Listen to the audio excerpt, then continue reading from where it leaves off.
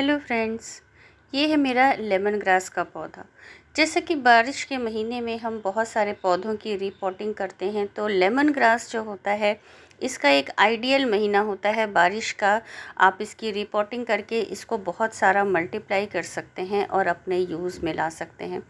Lemon grass सबसे पहले तो एक मॉस्किटो रेपेलेंट प्लांट माना जाता है, यानी कि अगर आप इसको बहुत ज़्यादा बल्क में मल्टीप्लाई करके अपने गार्डन के हर एक कॉर्नर्स में रखते हैं तो काफ़ी हद तक मच्छरों से जो है हमको जो है छुटकारा मिलता है। एक नेचुरल जो है मॉस्किटो रेपेलेंट प्लांट होता है, जिसकी वजह से इसको बहुत सारे कॉस्मेटिक्स आइटम्स में यूज़ किया जाता है। और इसकी जो लेमन टी है वो भी अपने लिए एक बहुत फ़ायदेमंद होती है। तो लेमन ग्रास के प्लांट को रिपोर्ट कैसे करना है, यही मैं आपको आज की वीडियो में दिखाने वाली हूँ। मेरा ये जो लेमन ग्रास का प्लांट था, ये भरी गर्मी में, भीषण गर्मी में बहुत अच्छे से सरवाइव कर गया। और आप देखो कि मैंने इसके किनारे से काफ़ी सारे पौधे निकाले, लेकिन बाद में जब इसको अच्छे से खोल के डीप मैंने इसका मुआयना किया तो देखा कि इसमें काफ़ी सारे पत्ते अंदर ही अंदर सूखे भी हुए हैं और सड़ भी रहे हैं।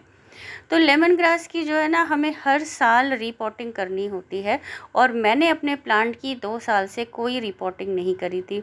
तो सबसे पहले जो इसकी जो प्रॉब्लम थी वो थी रूट बॉन्ड की। नीचे इसके जड़ों का पूरा गुच्छा बन रहा था। प्लांट काफ़ी बड़ा और हैवी था मेरा, और मैंने इसको बांध के रस्सी से रखा हुआ था, जिसकी वजह से इसके अंदर जो पत्ते सूख रहे थे या सड़ रहे थे वो मुझे पता नहीं चले।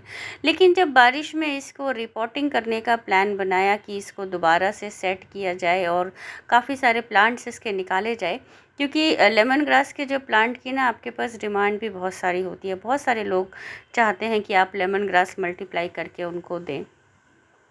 तो मैंने भी अपने लेमन ग्रास के प्लांट को बाहर निकाल लिया और इस तरीके से इसकी बहुत सारी प्लांट अलग किए, जिनकी जड़ें दिख रही थीं और नई जड़ें भी बन रही थीं।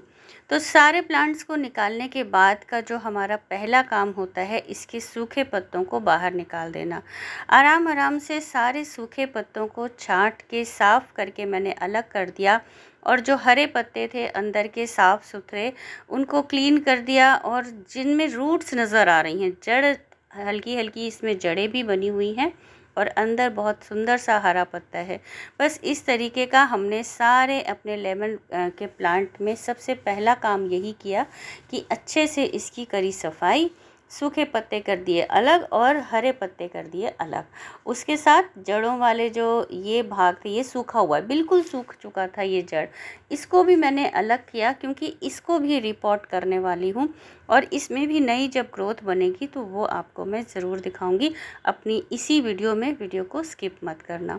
तो मैंने कई सारे प्लांट इस तरीके से मल्टीप्लाई किए। पहले सारे प्लांट्स को अलग किया, जो सूखी हुई जड़ें उसमें मिल रही थी मुझे, उनको भी मैंने अलग किया, और जो हरे भरे पौधे थे उनको भी मैंने अलग किया।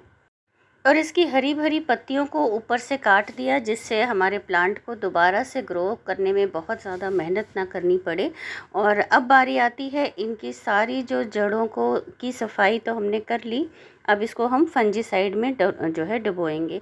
फंजीसाइड लेकर के आधा चम्मच के करीब मैंने फंजीसाइड लिया और उसको पानी में डाल करके इन जड़ों वाली सारे अपने पौधों को, जो मैंने अलग से मल्टीप्लाई करने के लिए निकाला है, इनको डाल करके आधे घंटे के लिए छोड़ दिया।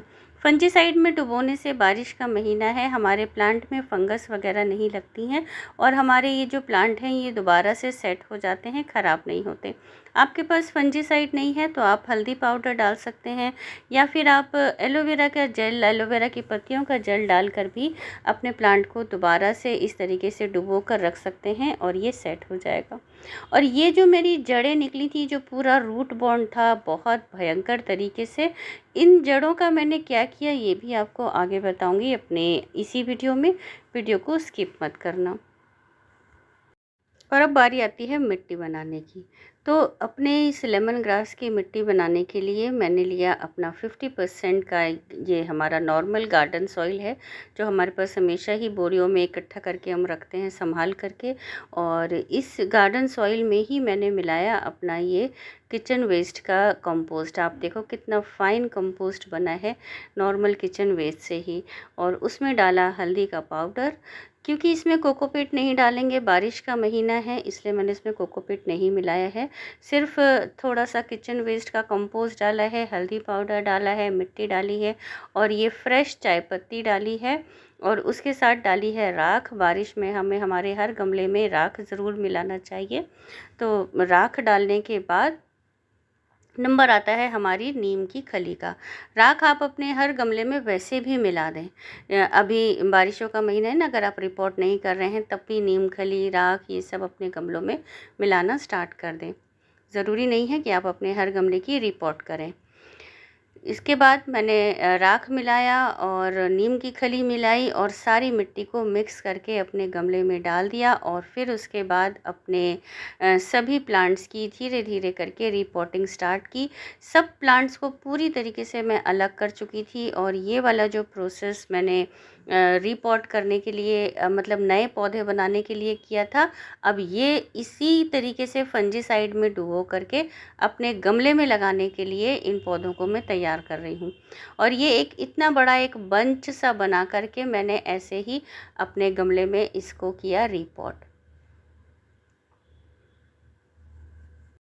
आधे से ज़्यादा अपने पौधों को मैं निकाल चुकी हूँ और बहुत थोड़ी सी मैंने इसमें जड़ें एक साथ ग्रुप में बंच बना करके और फिर इसमें अपने गमले में इसको रिपोर्ट कर दिया वापस। नीचे से इसकी जड़ें भी साफ़ कर दी, सारी जो जड़ों का पूरा जाल था वो भी निकाल दिया, जितने भी सूखे पत्ते थे वो भी निकाल दिए, सड़े हुए पत्ते भी खाली कर दिए और बहुत सारे प्लांट्स भी अलग कर दिए।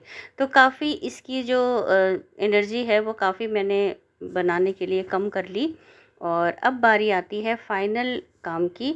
जो फंजीसाइड वाला पानी जिसमें हमने बनाया था उसी पानी को अपने इस गमले में दोबारा से डाल देंगे, जिससे हमारा प्लांट ख़राब ना हो।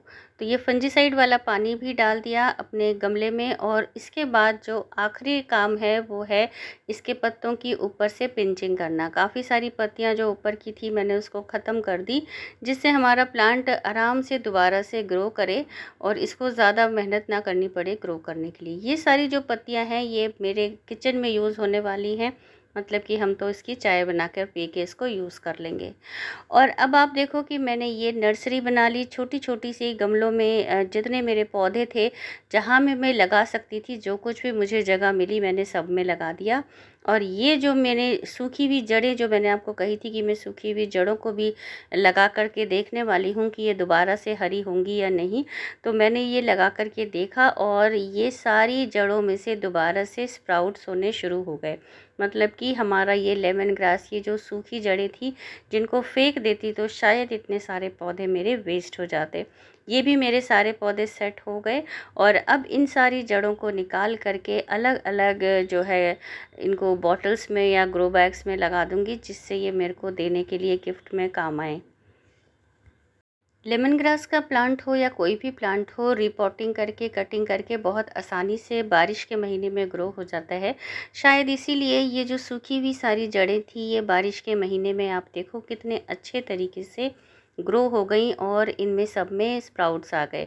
मैंने इनको छोटी छोटी बॉटल्स में कटिंग कर करके और एक एक सिंगल सिंगल लगा दिया, जिससे मुझे ये देने लेने में आसानी रहे। अपनी एक छोटी सी कटिंग वाली बॉटल ही जिसको भी पकड़ाना है पकड़ा दी। तो काफ़ी सारी मैंने प्लांट तैयार कर लिए, जड़ों से भी, कटिंग से भी और नए प्लांट से भी। क्योंकि बरसात का महीना लेने देने का भी होता है पौधों का। ज़्यादा से ज़्यादा मैंने पौध बनाई है बांटने के लिए और ये मेरी सारी प्लांट भी हो गए हैं सेट। वीडियो इन्फॉर्मेटिव लगी हो, पसंद आई हो तो मेरे चैनल को सब्सक्राइब कर लें, वीडियो को लाइक करें, शेयर करें और अगर आप कर चुके हैं तो दिल से थैंक्स। और रिपोर्टिंग करने के 2 हफ्ते बाद आप देखो कि मेरा प्लांट कितना सुंदर ग्रो कर रहा है। इसकी सारी पत्तियां मैंने काट दी थी और इसमें दोबारा से नई ताज़ी पत्तियां ग्रोथ हो चुकी है। और जो मैंने प्लांट्स लगाए थे सूखी हुई जड़ों के, वो भी बहुत अच्छे से हेल्दी तरीके से ग्रो कर रहे हैं, ये उनका रिज़ल्ट है। और अगला रिज़ल्ट जो मैंने पौधों की बनाए थे, बहुत सारी जो मैंने पौध बनाई थी, काफ़ी सारी तो बट चुकी है, लेकिन जो अभी मेरे पास बची हुई हैं वो भी बहुत अच्छे से सरवाइव कर रही हैं, बहुत अच्छी इनकी ग्रोथ चल रही है। और अब बारी आती है जो हमारी जड़ निकली है, रूट, इसको हम कैसे यूज़ करें।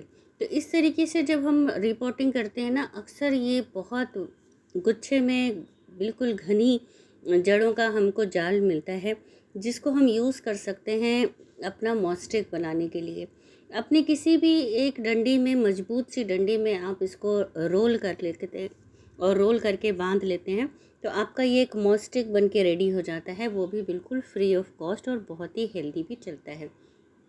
क्योंकि इसमें जड़ों का जाल है और अंदर ही अंदर इसमें मिट्टी भी होती है, तो जब हम इसकी मॉस्टिक बनाते हैं तो ये बहुत ही अच्छे से काम करता है, और वो भी बिल्कुल वेस्ट मटेरियल का, बिल्कुल फ्री में। आपको मेरा मॉस्टिक का ये आइडिया कैसा लगा मुझे कमेंट करके ज़रूर बताना। अपनी ज़ीरो बजट गार्डनिंग के टिप्स एंड ट्रिक्स के साथ मिलती हूँ अपनी अगली वीडियो में। बाय।